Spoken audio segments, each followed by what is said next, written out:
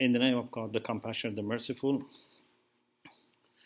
I'm very happy to hear to what Romuald and Frank said about visitation, and as we already saw, it's a very broad concept, and it's very much, I think, present in both traditions.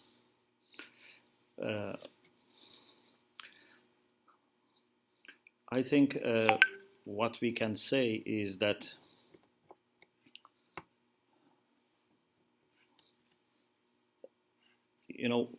for us to be able to visit God is not, possible in the literal sense. But we have things which are very close to visiting God. In Islamic tradition rooted in the Quran, we have the concept of liqa'ullah, meeting with God. And this is happening in the hereafter, but also this is possible in this world for those who are close to God to meet Him. What we have is that there are provisions by God for us to visit His light,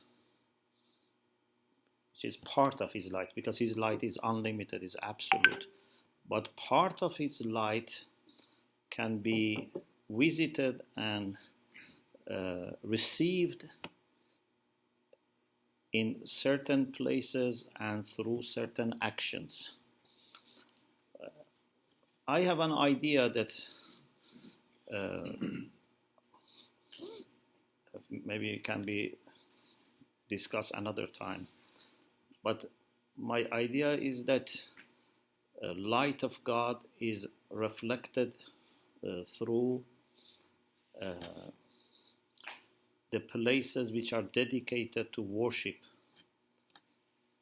And it's like a network that the light of God through them is available to us. And we can argue for this, for example, from a verse which talks about the houses that God permitted to be elevated and be remembered in them. And these places are where you can find the light of God. For example, if I go to Mecca, to Kaaba, the house of God, I cannot visit God in His house because He doesn't have physical house. But this is a house that God has made available for us to connect to Him so that we can get the spirituality and light that we could have received if we were to meet Him. Yeah? So we are not going to meet Him, but if through this visit we are connected to God, then God uses this as a channel to send His light to us.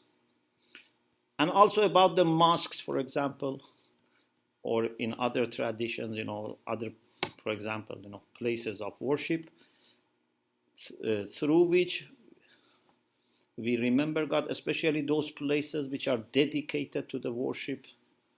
These are very important. One of the things that we have in our tradition is that whenever you visit a mosque, it is recommended that you do 2 rak'ah prayer of tahiyyah of masjid, greeting of masjid.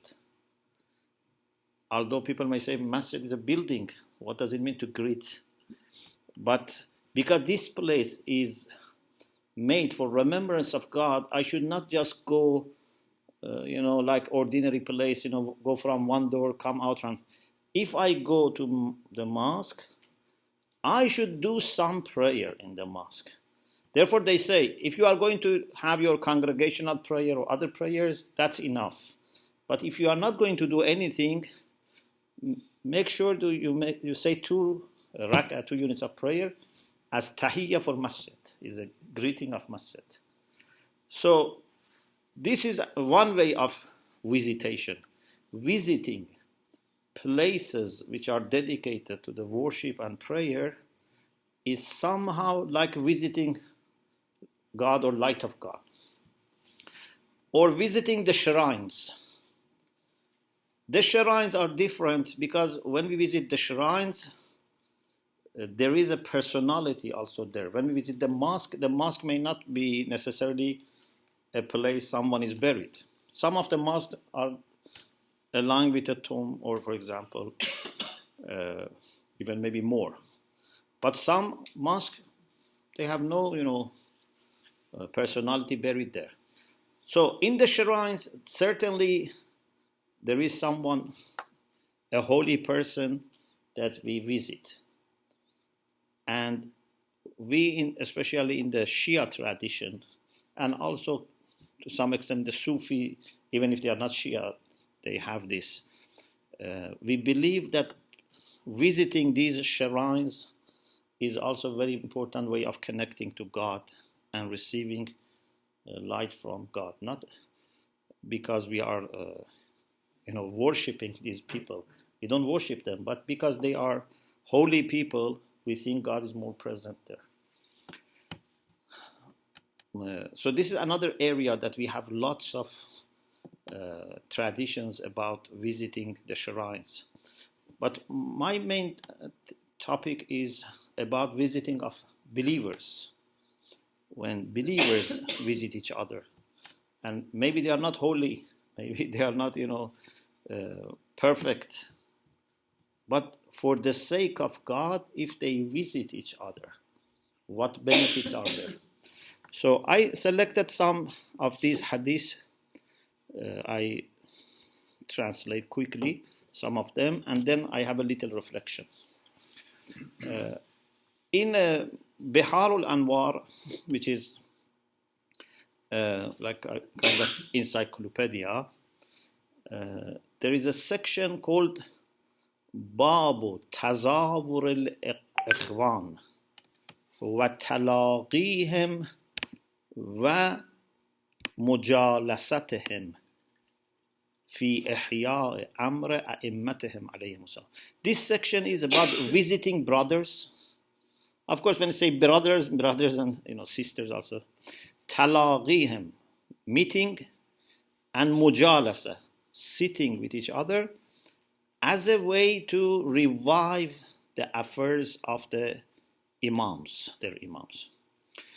So the late Allama Majlisi in this section in Bihar al-Anwar has quoted many hadiths, first from Al-Kafi, then from other collections of hadiths.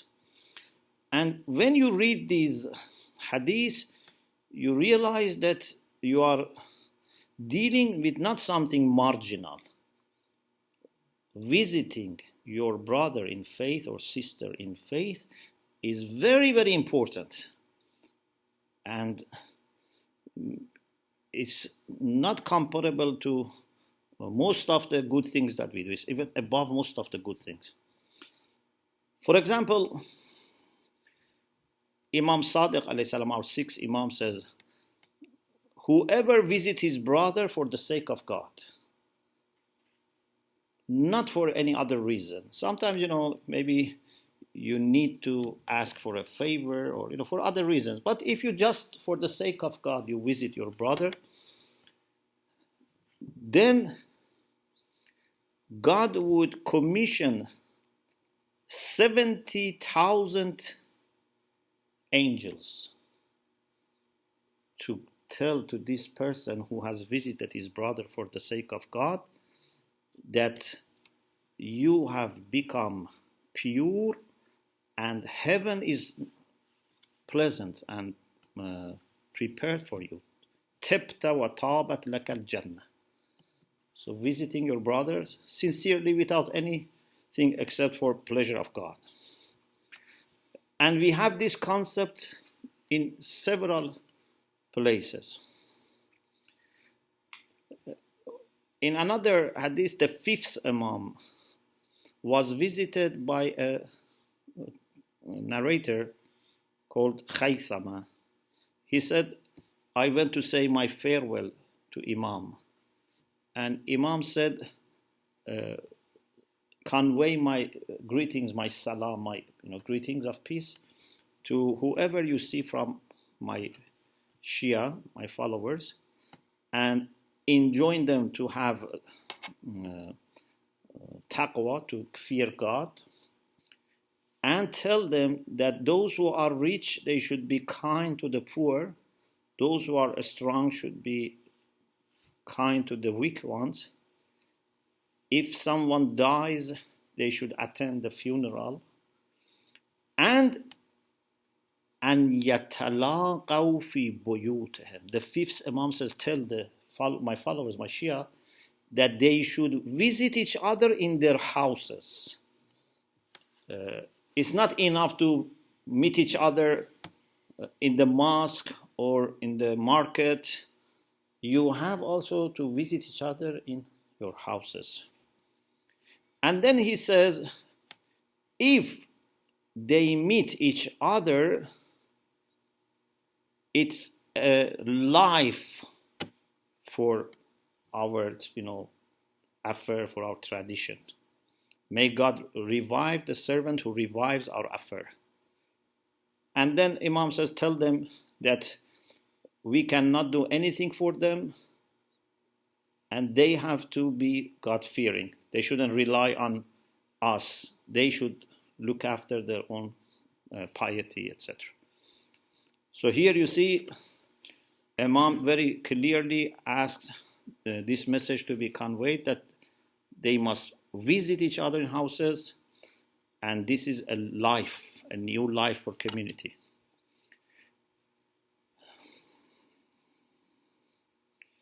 There is a hadith that our fifth Imam says that the Prophet said Gabriel, informed the Prophet that God sent an angel down to the earth. And this angel saw a man is seeking permission to enter someone's house. The angel said, why do you want to visit? The angels, in Islamic tradition, angels can take the form of human beings, or even sometimes some birds or animals. So this angel took the form of a human being and talked to this person. What do you want from this house? Why you are knocking the door? He said, he is my brother in faith, and I want to visit him for the sake of God. He said, nothing else has brought you here? He said, no, nothing else. Just for the sake of God, I want to visit him. Then he said, I am a messenger of God, the angel said. And God is sending you salam, greetings. And God says, heaven has become necessary for you. And then said that God says, every believer who visits another believer and doesn't expect anything, doesn't have any other need, Iya yazara. God says, he has visited me. And reward is on me, which is heaven. So from here, then we have several hadiths that we have this concept of, if you visit your fellow believer for the sake of God, God says, you have visited me. This repeats in some other. For example, I go to hadith number 7. Our sixth Imam says, if someone visits his brother in God when he is ill or healthy, can be ill, can be healthy, it's for the sake of God you visit, and there is no trick, there is no plan, nothing, just purely for the sake of God. God would commission 70,000 angels like that. And these angels would be walking or would be moving behind him, and they would say, Tibta wa tabat lakal jannah. You have become pure and heaven is available for you. And say, you are visitors, one of the visitors of God. Zawwarullah. Wa antum wafdur rahman. You are delegates who arrive to God till he returns his own home. So when he is going and returning, these 70,000 angels somehow escort him. This person was surprised. And he said, I said to the Imam, even if there's a far place, still all the way these angels will be going and coming with him and saying this. He said, yes, even if it's 1 year of journey. Even that friend is in another place which is very far. And then Imam says, God is very generous and angels are many. Don't be surprised. Inna Allah jawadun wal malaikatu kathiratun. And they will escort him till he returns. There is another element. So I just read some of the hadith. And that is about the impact of this on our even understanding. This was very interesting. This is Hadith 26 in this chapter. Imam says, Mulaqatul ikhwan nashratun wa talqihul aql. Visiting brothers is a kind of fertilization for reason, for intellect. Like plants that have fertilization. So when we visit fellow brothers and sisters for the sake of God, our intellect is fertilized, maybe by receiving something from each other. And this was very interesting.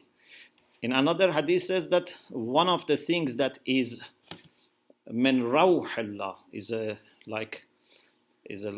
spiritual breeze that comes from God is meeting brothers in faith. So there are lots of hadiths in this regard, and maybe some of our even own Shia brothers and sisters are surprised because normally the emphasis is on visiting the shrines. I remember when I used to live in Qom, because I used to travel a lot, but unlike many clerics that normally they go to Iraq or Syria at that time for pilgrimage, I used to go to UK and Canada or for example, Italy. So they were teasing me saying ziyarat qabul, means may God accept your ziyarah, which means in that case pilgrimage. But I was saying, yes, I am doing ziyarah of the mu'mineen, visitation of believers. I don't need necessarily to visit a shrine. I go to these countries not for sightseeing. I go to visit believers. But in our tradition, this is very clear. And what I try to do with a little, reflection and analysis is to connect this to the whole concept that I said, that in certain places or certain conditions or environments, God's light is more present. Maybe if we are not trained properly in a religious environment, we think if I sit in a corner and there's a quiet place, I can better get the light of God, because it's quiet and, private and, no one disturbs me. But maybe we must have moments of that, for example, in the middle of night or whatever. But what we understand is that what you get from such encounters with other believers, it's very hard to get it when you are alone, even if you are in a very quiet place, God wants us to connect with each other, even if that person is not a holy person necessarily. This is not the visitation of the shrines. Another believer, maybe a little bit better than me, maybe similar, maybe lower, but is a believer and I visit for the sake of God. Maybe, for example, imam of a community visits them. Maybe members of community visit each other. Maybe they visit imam. God knows who is higher, who is lower, who is equal. We cannot judge based on positions. But that doesn't that much affect. As long as the reason for visit is for the sake of God, God turns this encounter into one of those very strong and powerful ways of connection to Him. And He says, you have visited me.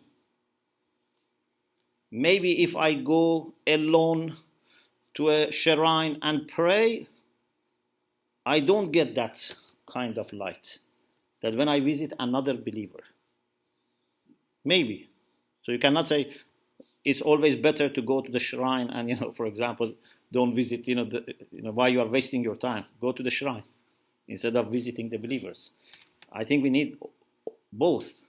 We need to sometimes visit the shrines, but also this is a temporary shrine.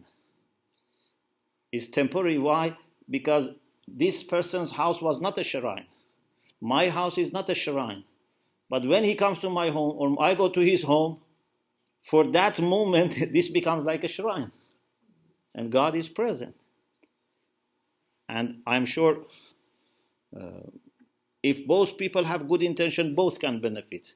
If one person doesn't have good intention, the person who has good intention can benefit. Yeah, suppose I visit someone for the sake of God, but that person just out of embarrassment opens the door, he doesn't want to see me, but maybe he doesn't get that much. But if both is for the sake of God, of course. So I think this is an area that we very much need to reflect, especially in this age that unfortunately there's a culture of individualism. And sometimes this gets into even to religious communities, that they prefer to do everything on their own and not that much coming to the church or mosque, pilgrim, etc. I think this is a very important concept that we need to revisit. So I pray to God to accept also our meetings as such meetings, that for the sake of God, we are visiting each other, and we always feel that whenever we are together, there's a spirituality here that is not always possible, to get this in other meetings. So we are grateful to God for our friendship and unity, and we ask Him to give us more. Thank you very much. Thank you. Thank you. Thank you very much. Okay.